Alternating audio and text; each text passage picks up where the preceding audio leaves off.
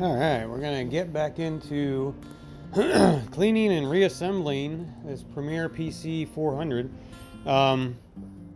So the shutter was clearly not operating correctly because of this grease that you'll see me clean out here with some denatured alcohol. And I didn't try to remove all of the grease. I just tried to remove the majority of it. The one thing with denatured alcohol and grease, once you kind of mix them together, it helps. The denatured alcohol will kind of help the grease to reform back to, kind of what it was originally. So not so sticky, but more of a nice slippery substance. Yeah, so that's basically just trying to do that with the Q-tip here to kind of help that arm slide so it can charge the shutter. So far, this camera's been reassembled now for a little over a week, and I've yet to have an issue with it. I haven't put any film through it yet, but I've yet to see any problems with the shutter and the way it operates. And I usually exercise it, maybe once every 3 days or so. But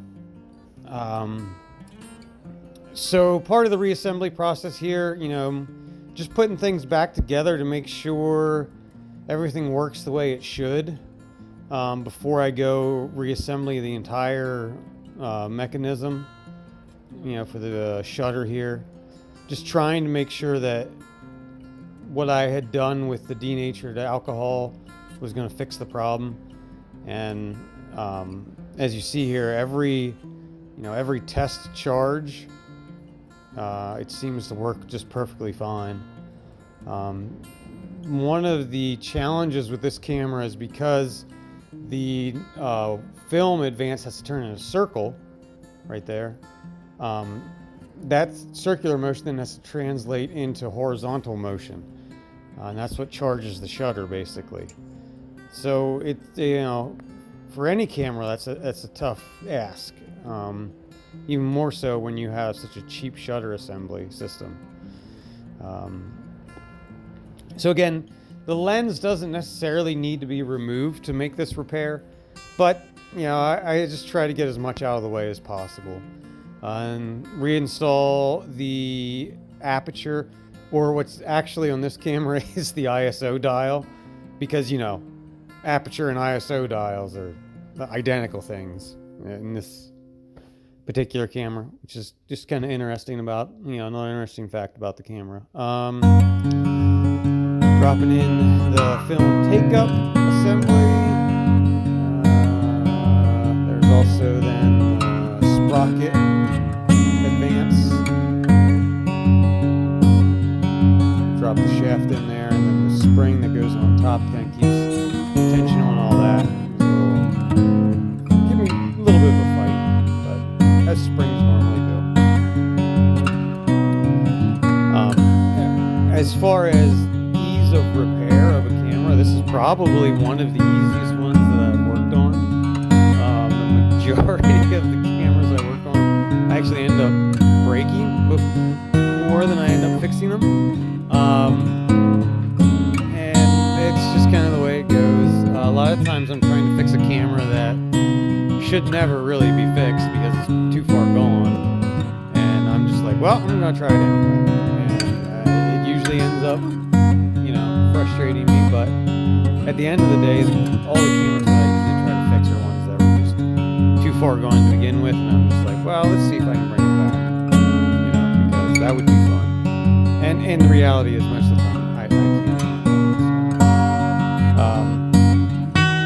So the kind of geared wheel you see me putting in there, that's the film advance and the shutter cocking wheel. And you see here as I rotate it, it charges the shutter.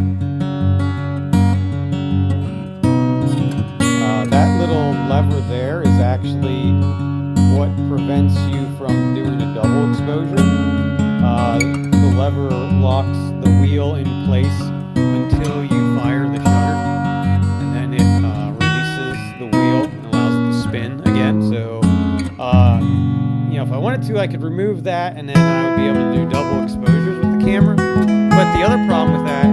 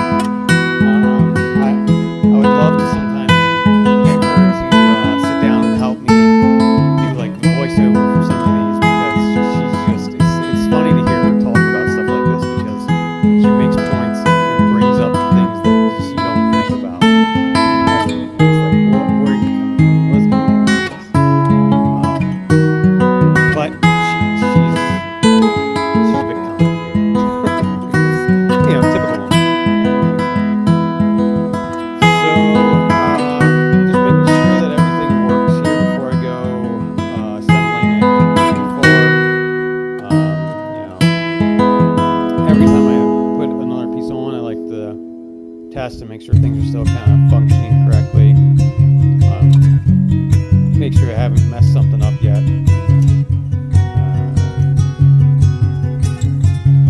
As we move along here, you'll see that despite my best efforts, I do forget pieces every once in a while. This was kind of one of those moments where I was like, man, everything's going really smooth. Like, things are just kind of falling back together. I like this. It's going well.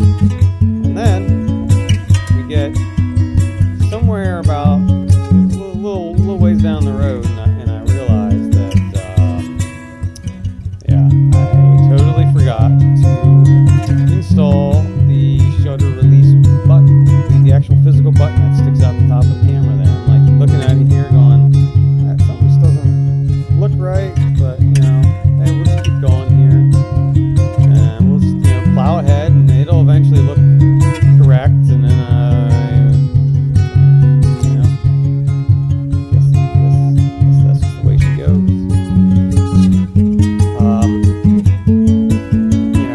Had I done it right, I probably should have installed the button into the front of the camera there first, and then held everything upside down, and put it all back together that way. But you're not always smart enough to get it right the first time. Sometimes it takes some of us 4, maybe 5 times till we get smart enough to do it the right way. And I'm definitely one of those people that require multiple attempts to get it right. But just keep plowing ahead, and eventually you'll get it. Maybe, hopefully. So here you can still see that I am trying to determine what's going on with the shutter button, why that doesn't want to stay. I wanted to make sure there was no kind of orientation slots or something keeping it from going back into the camera the way it came out.